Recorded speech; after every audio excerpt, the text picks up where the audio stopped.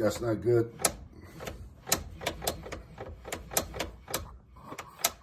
And a loud noise that sounds like the bearings. The tires going side to side.